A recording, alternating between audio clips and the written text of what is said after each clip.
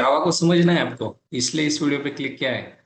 तो सही बात है, आप सही वीडियो पे आए हो। यहाँ पे आपको समझाया जाता है जावा क्या है। सिखाया तो मतलब सिखा तो कोई भी रहा है, बट समझना जरूरी है। तो पिछले वीडियो में हमने देखा था, कलेक्शन की हायरार्की देखी थी। आपको इसी भी मतलब इस वीडियो में भी दिख रहा होगा कि कलेक्शन की हायरार्की टॉपिक या कॉन्सेप्ट्स का नाम यहाँ पे मैंने लिया है। बिकॉज बिकॉज इसका रीजन है, कलेक्शन फ्रेमवर्क में कुछ चीजें बची है। क्या बची है? कल हमने जो हायरार्की पढ़ी, उसमें हमने लिस्ट देखा, सेट देखा, क्यू देखा, उसके इम्प्लीमेंटेड क्लास देखे।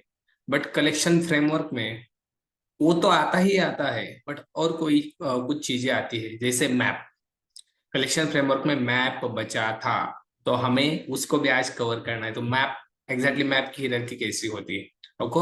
ओके, तो मैं इसको कलेक्शन की फ्रेमवर्क, कलेक्शन की हायरार्की बोलने से बेटर है, मैं इसको बोलूंगा मैं इसको बोलूंगा that is map interface hierarchy. Hierarchy structure, इसका स्ट्रक्चर कैसे होता है?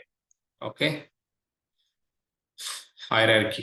ओके, इसका स्ट्रक्चर बेसिकली कैसे होता है? देखो, सबसे पहले map is different from collection, ये ध्यान में रखो। कलेक्शन अलग है, मैप अलग है।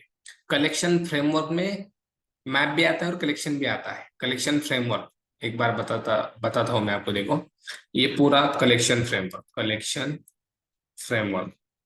इसके अंदर फ्रेमवर्क, इसके अंदर दो चीजें आती है। एक आता है कलेक्शन और दूसरी चीज आती है, उसका नाम है मैप। तो हमने कलेक्शन की तो हायरार्की देखी, बट मैप की नहीं देखी। कलेक्शन कलेक्शन अलग है मेरे दोस्त। कलेक्शन के नीचे तीन इंटरफेस आते हैं जो कि उसके चाइल्ड है, लिस्ट, सेट, क्यू, वो हमने पढ़े हैं। और और कलेक्शन फ्रेमवर्क में और चीज क्या आती है? That is map. इनको अलग अलग क्यों रखा है? तो इसका पर्पज अलग है, इसका पर्पज अलग है। मैप का पर्पज अलग है, कलेक्शन का पर्पज अलग है। Collection is use to store different types of data, and कुछ इंटरफेस उसको अलाउ करते हैं डुप्लीकेट डेटा स्टोर करने के लिए। बट अगर मैं मैप की बात करूँ, तो उसके अंदर डेटा कुछ अलग ही फॉर्म में स्टोर होता है। अलग ही फॉर्म मतलब सर कैसे स्टोर होता है? वो भी मैं आपको बताऊंगा, डोंट वरी। मैप में डेटा स्टोर होता है मेरे दोस्त इन द फॉर्म ऑफ की वैल्यू पेयर में। एक होती है की मतलब सपोज आदि, आदि इज अ की, एंड वैल्यू ऑफ आदि इज अ कीर्तन, कीर्तनकार सपोज। ओके, दैट मीन्स की इज अ आदि एंड वैल्यू इज अ कीर्तनकार। मतलब की एंड वैल्यू में डेटा स्टोर होता है, और बहुत बार हमें नीड पड़ती है की एंड वैल्यू में डेटा स्टोर करने की। ओके, तो इसलिए मैप यूज होता है। कलेक्शन में ऐसे डेटा नहीं स्टोर होता। मुझे वो पढ़ाना है, आपको समझाना है, तो थोड़ा सा रुकिए, सारी बातें हम करेंगे आगे। ठीक है, तो इसकी हायरार्की देखते हैं सबसे पहले। इसकी हायरार्की में सबसे ऊपर आता है that is map, which is interface. Map is what? Interface. That is root interface, आप इसको बोल सकते हैं। किसका?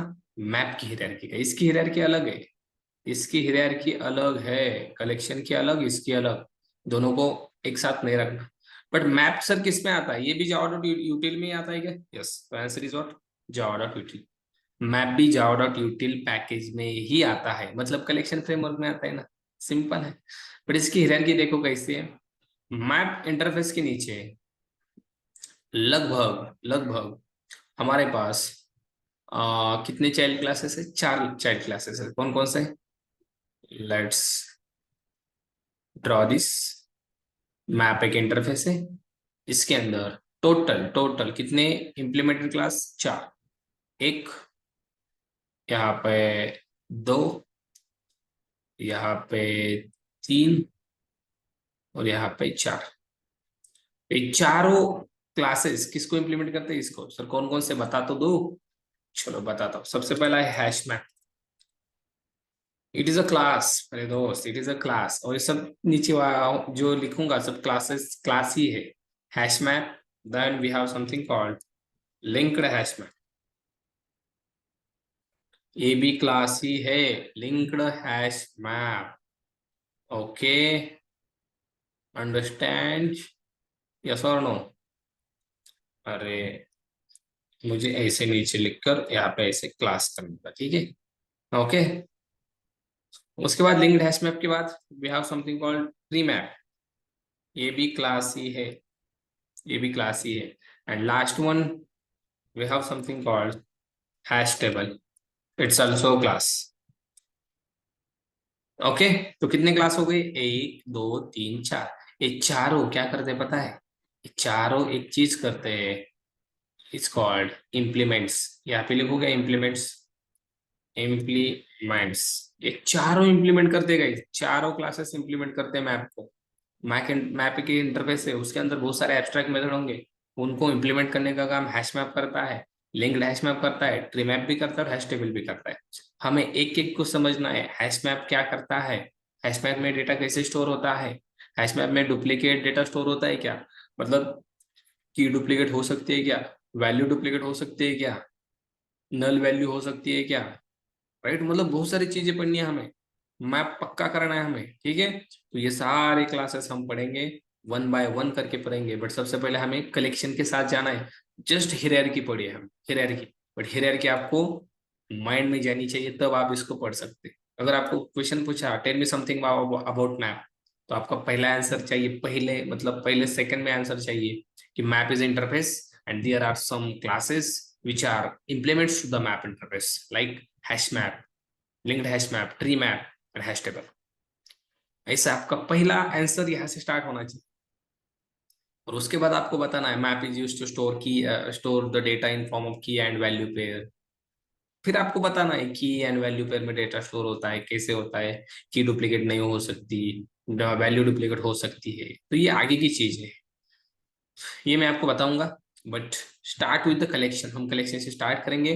बट नेक्स्ट वीडियो में यहाँ तक हम रुकेंगे, ये अभी पक्का कर लो, लिख के ले लो नोटबुक में, राइट डाउन कर लो, ठीक है? अब नेक्स्ट वीडियो में मिलेंगे कलेक्शन के साथ, मतलब कलेक्शन के इंटरफेस जो है, लिस्ट, सेट, क्यू क्या है, उसके इम्प्लीमेंटर क्लास, हर एक क्लास को अच्छे से पढ़ेंगे। चलो रुकते हैं यहाँ पे, मिलते हैं नेक्स्ट वीडियो में, तब तक के लिए थैंक्स।